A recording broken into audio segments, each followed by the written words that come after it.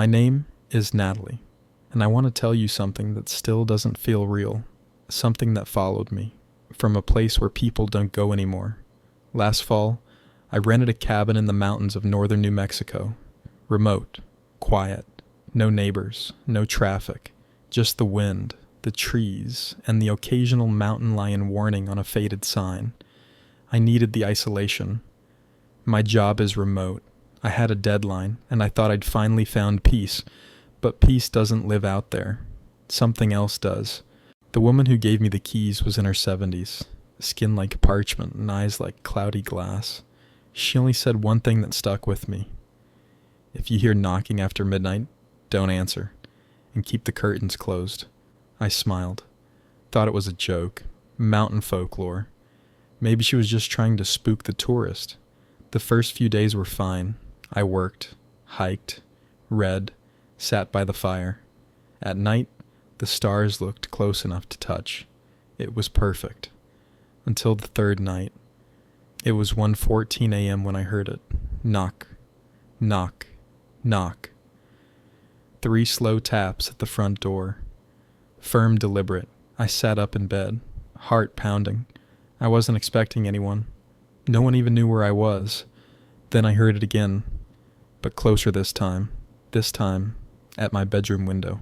And then I heard my own voice, outside, whispering, "Natalie, please open the door."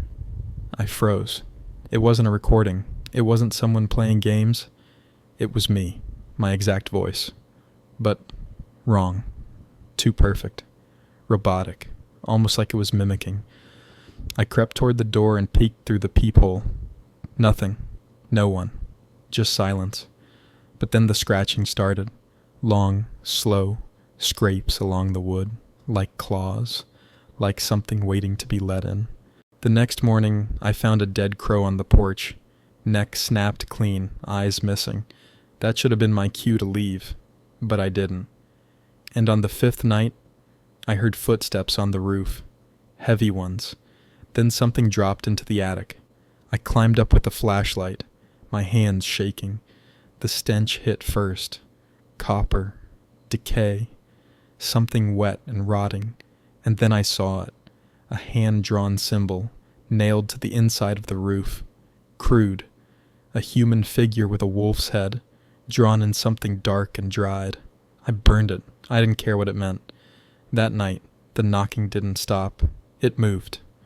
Around the cabin, window to window, it circled me like a predator in the dark.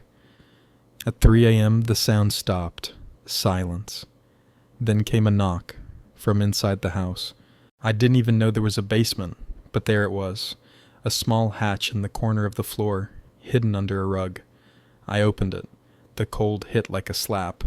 And at the bottom of the stairs, 2 glowing eyes, staring straight at me. It stood slowly, unfolding like a spider. Its limbs were too long, skin stretched over bones, slick and raw. Its face, part animal, part human, part me, and it grinned. Then it spoke, not with words, but with my voice. "Natalie, you let me in." I slammed the hatch shut and locked it, used a chain I found in the shed, sat by the door the rest of the night with the fire poker in my hands. I should have run. I should have packed up and left. But I didn't. One more night, I told myself. Just one. At 2:11 a.m. I woke to a light tapping at my bedroom window. I peeked through the curtain and saw me, staring back, my exact face, my smile. But the eyes were wrong, too wide, too empty. She raised her hand and traced the same symbol I'd burned, right in the glass, and then she spoke. The door is open now. I turned. My front door was wide open. I don't remember what happened next. I woke up 2 days later, in a hospital bed.